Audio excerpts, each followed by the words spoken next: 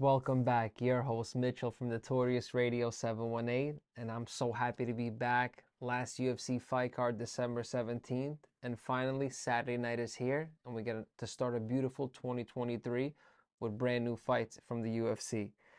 So this fight card, obviously already the main event, had to get swapped out. Sean Strickland closed out December 17th against Jared Cannonier, lost by decision, but gets the headline a fight again and gets a scrappy middleweight Nassourdine Imavov. Another really interesting thing, since it was a last minute pickup, this fight's actually going to take place at 205. I completely understand why Sean Strickland would not want to fucking cut weight, drain his entire body in a very short period of time. Make the fight at 205. I think it's going to be really exciting. These guys are probably walking around naturally around that weight. So this is no weight cut. We really get to see two fulled out middleweights just fight at their walk around weight at 205. So let's go into Sean Strickland. As you know, his last loss was to Cannonier. The fight before, he lost to Piera by knockout, but he was on a little bit of a tear before that. Obviously, he's stepping up for Kelvin Gastelum, who pulled out last minute. He put up some like ugly ass picture. He had a straight staph infection in his mouth and he had a missing tooth. So just get better. He needs to get treated. But his opponent that Gastelum was supposed to fight is obviously no joke. This French dude is a beast. He trains with Cyril Gane in France. His name is Nassourdine Imavov. He's 12-3 and he's 4-1 in the UFC. He has beat Joaquin Buckley, beat up on dudes like Edmund Shabazian, Ian Henchman. He is on a very good streak in the UFC, and he's ranked number 12. And Sean Strickland is ranked number 7. So obviously, he is trying to crack into the top 10, and he's finally getting a nice main event. And I think he's getting a great opportunity to start out the new year with a bang. I'm going to be rocking with Nassourdine Imavov that night because I like this French guy's style. I think he can wrestle. And the more I'm watching Sean Strickland, the more I see weaknesses and reasons why he can never be a champion in the middleweight division. He just doesn't have enough wrestling, and his boxing is not as good as I really thought it was. I see a lot of other fighters being able to pick him apart, get him down, and mixing up the game overall. I think he's just a really tough dude, very scrappy, but I'm going to have to rock with Imamov that night. I just think he's a very special young talent, and he's going to continue to rise in the UFC. And he will find more trouble later into the top 5. But I think right now this is a really exciting point in his career, and I'm rocking with him at a minus 113 that night. They're actually an even favorite. This card, by the way, is one of like the most closest betting cards. Like it's insane. A lot of these fights are not really lopsided. They're very good matchmaking, and that's what kind of leads us to the co-main event. And what I love about this fight, both of these guys are in like crazy predicaments. You obviously have Dan Ige, 50K at a minus 130, record 15-6. He's on a 3-fight losing streak.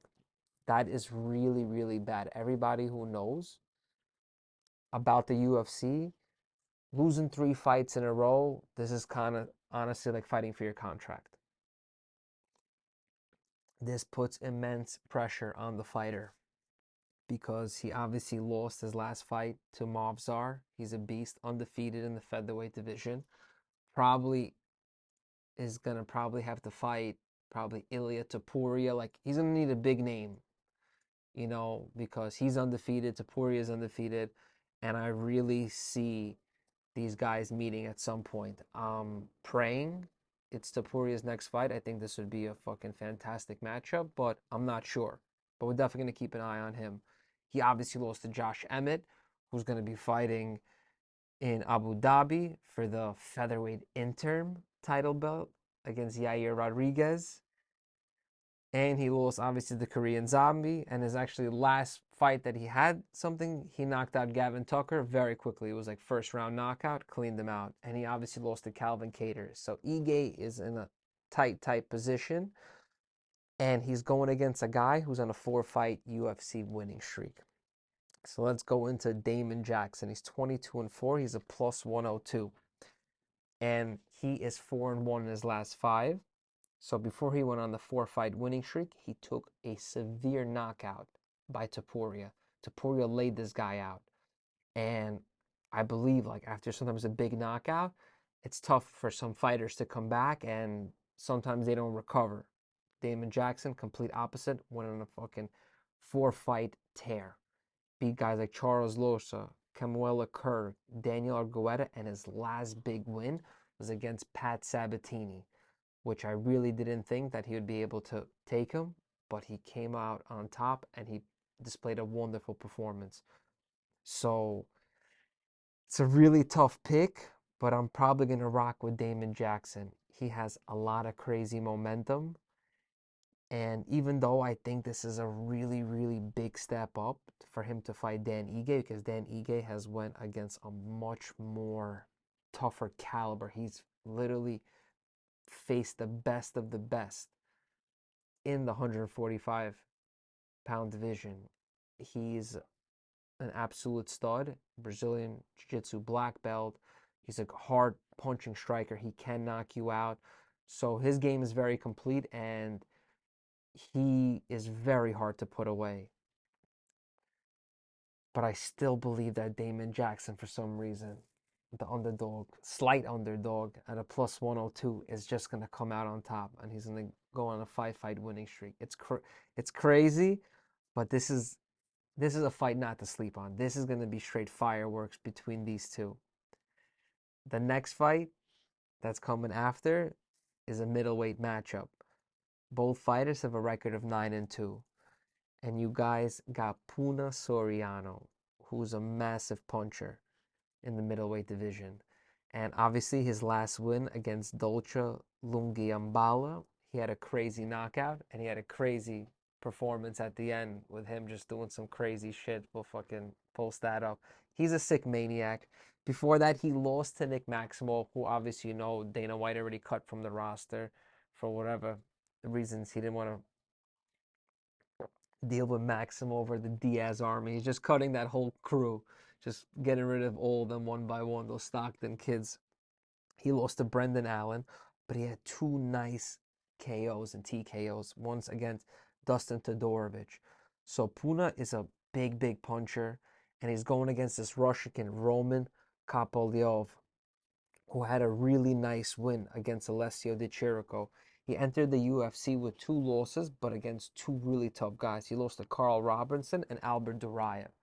So entering the UFC and fighting those 2 guys in the middleweight division just shows my respect to him. And he actually beat Alessio Di Chirico, who's a very scrappy veteran.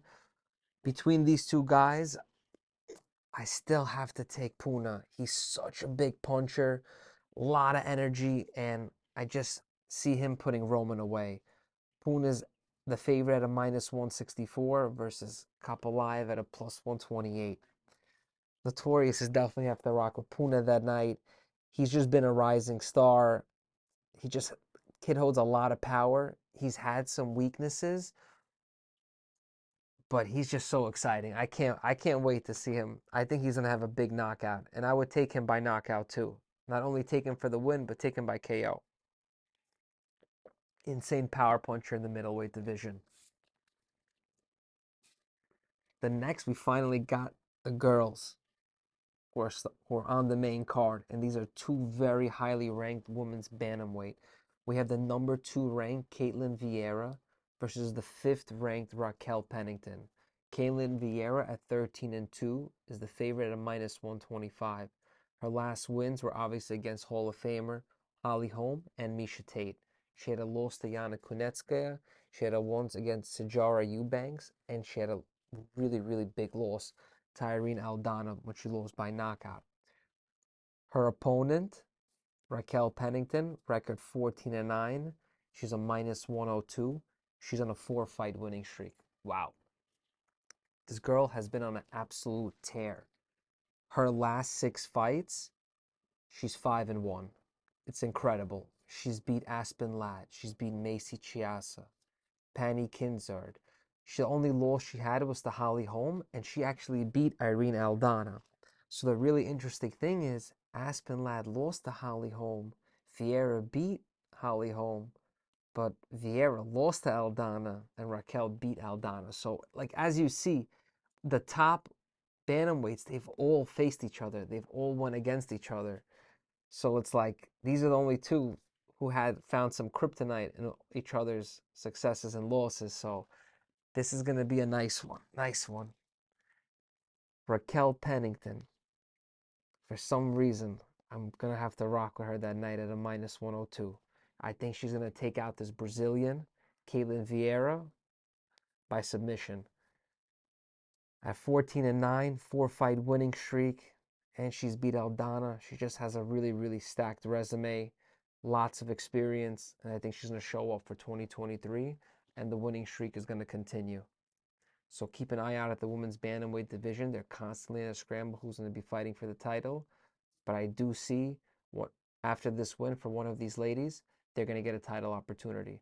So this is a kind of like a title eliminator fight between the both of them, which should be really incredible. The opening fight of 2023 UFC's main event is obviously a really exciting one. You have Khabib Nurmagomedov's little cousin, the 11th ranked bantamweight Umar Nurmagomedov.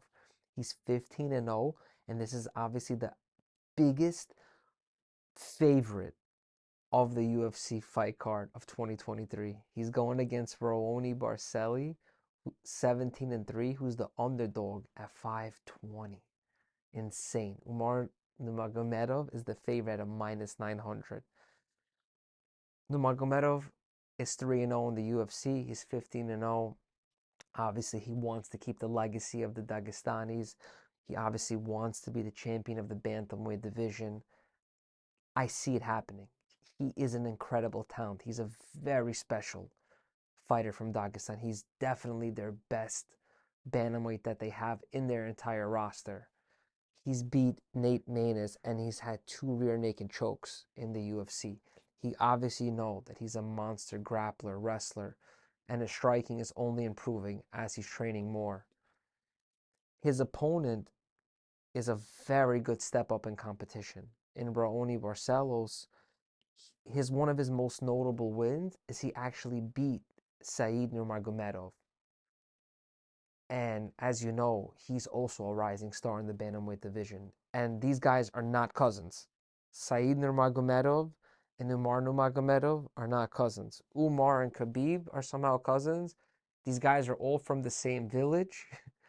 They share the last name, but they're not cousins. Maybe someone's grandma, whatever, but these guys, for some reason, are not related. You would think so, but this night, I'm going to have to still rock with Umar Nurmagomedov. He's an absolute shining star in the UFC. I do see him fighting possibly he's 2, 3 fights away from fighting for the title. A couple of big names. Nobody wants to fight him. Nobody ranked actually wants to fight him. I would love to see him fight a guy like Sean O'Malley for him to get a name or for him to get a fight, even against like Peter Yan, Corey Sandhagen. Like he's there. Like nobody wants to just give him that slot. So I respect it. He still has a few more. He's only 3 fights in. Even guys like Marab would give Umar Nurmagomedov a run for their money. So I guess Dana White is trying to build him up very slowly, and I like what he's doing, and I'm excited for him to be on the main event and opening up for 2023. Before I recap, there's one more fight on the prelims that I really want everyone to watch, and both of these guys are from Dana White's Contender Series, and that's Javad Bashrat versus Mateusz Medanka. The thing is, Bashrat is 13-0. He had a beautiful Dana White Contender Series debut. He had a guillotine finish. And then he had 2 nice wins against Trevin Jones and Tony Gravely. Mateusz Medanka, 10-0, making his UFC debut. Had a KO finish on his Dana White Contender Series debut. He's coming at a very underdog at plus 285. And Bashrat is at a minus 400 favorite. It's crazy. I'm going to have to go with Bashrat on this one. He's very experienced. I think he's a super complete fighter. I did not get to see enough of Mateus, But something about the matchmakers putting him in against Bashrat is just insane. They obviously know something we don't know, and how talented Mateus Medanka is. He's obviously a Brazilian guy. I took a little bit of a look into his background. All his fighting careers overseas. I didn't see any tape on him, but what I've seen from the Contender Series, he's explosive. He hits really hard, and he is an action-packed fighter. And Javad Bashrat is more of like a chess player. He brings you into like a trap, and then he's able to submit you, finish you, ground and pound you. He's a very crafty fighter. He takes his time, he breaks you down. So I'm going to rock with the chess player from what I've seen tonight. And that's what I'm going to go with on this fight card for UFC. Guys, remember, if you like our content, we're going to be doing a lot more. Obviously, you can see we always support the UFC. We got Dustin Poirier's hot sauce. These stuff are delicious. Try it on your sandwiches, hot dogs, cook it in your sauces. Very good product. And remember, the best way to support us, we have amazing merchandise. Check us out on our Instagram, YouTube, Facebook, Twitter. Follow us on all social media platforms. And remember to subscribe and like to our YouTube channel.